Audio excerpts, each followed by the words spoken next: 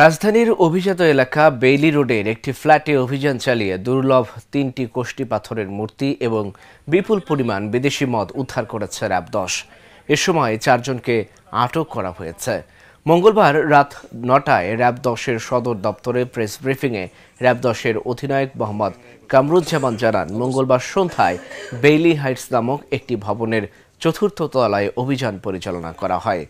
অভিযানে আনুমানিক ৩৪ কোটি টাকা মূল্যের ৩টি প্রাচীন কোষ্ঠী পাথরের মূর্তি এবং প্রায় ৪০ লাখ টাকা মূল্যের ১১০ বোতল বিদেশি মদ জব্দ করা হয়। গ্রেফতারকৃতরা পরস্পর যোগসাজশে দেশের বিভিন্ন স্থান থেকে এসব প্রত্নতত্ত্ব ও বিদেশি মদ সংগ্রহ করে পাচারের জন্য গোপনে সংরক্ষণ করছিল।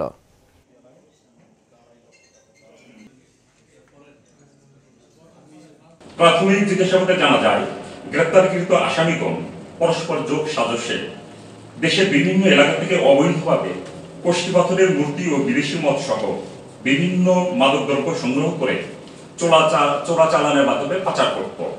মূলত তারা স্বল্প সময়ে অধিক অর্থ উপার্জনের জন্য এই সিন্ডিকেট গড়ে তুলেছে। আপনারা জানেন, এই মূর্তিগুলো শুধু প্রাচীন শিল্পকলার নিদর্শন নয়, বরং আমাদের ইতিহাস, ঐতিহ্য এবং সাংস্কৃতিক পরিচয়ও বহন করে। শত শত বছর আগে প্রত্নতাত্ত্বিক ঐতিহ্য বহনকারী এই কোষ্ঠী পাথরের মূর্তিগুলো আমাদের অতীত সভ্যতা, ধর্মীয় বিশ্বাস এবং শিল্পবোধের সঙ্গে ওতপ্রোতভাবে জড়িত।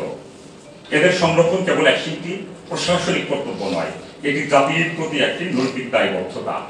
আমরা চাই এসব ঐতিহাসিক নিদর্শনগুলো রাষ্ট্রীয়ভাবে সংরক্ষিত হোক, যাতে সাধারণ দর্শক, গবেষক এবং ভবিষ্যৎ প্রজন্ম এগুলো থেকে শিক্ষা ও অনুপ্রেরণা নিতে পারে। মূর্তিগুলো জাদুঘরে সংরক্ষণের ফলে সাধারণ জনগণকে দেখার সুযোগ করে দিলে আমাদের ভবিষ্যৎ প্রজন্মের মধ্যে ইতিহাস ও সংস্কৃতির চেতনা জাগ্রত হবে। গ্রেপ্তারকৃত আসামিদের বিরুদ্ধে আইনানুগ ব্যবস্থা গ্রহণের কার্যক্রম পর্যায়ক্রমিক।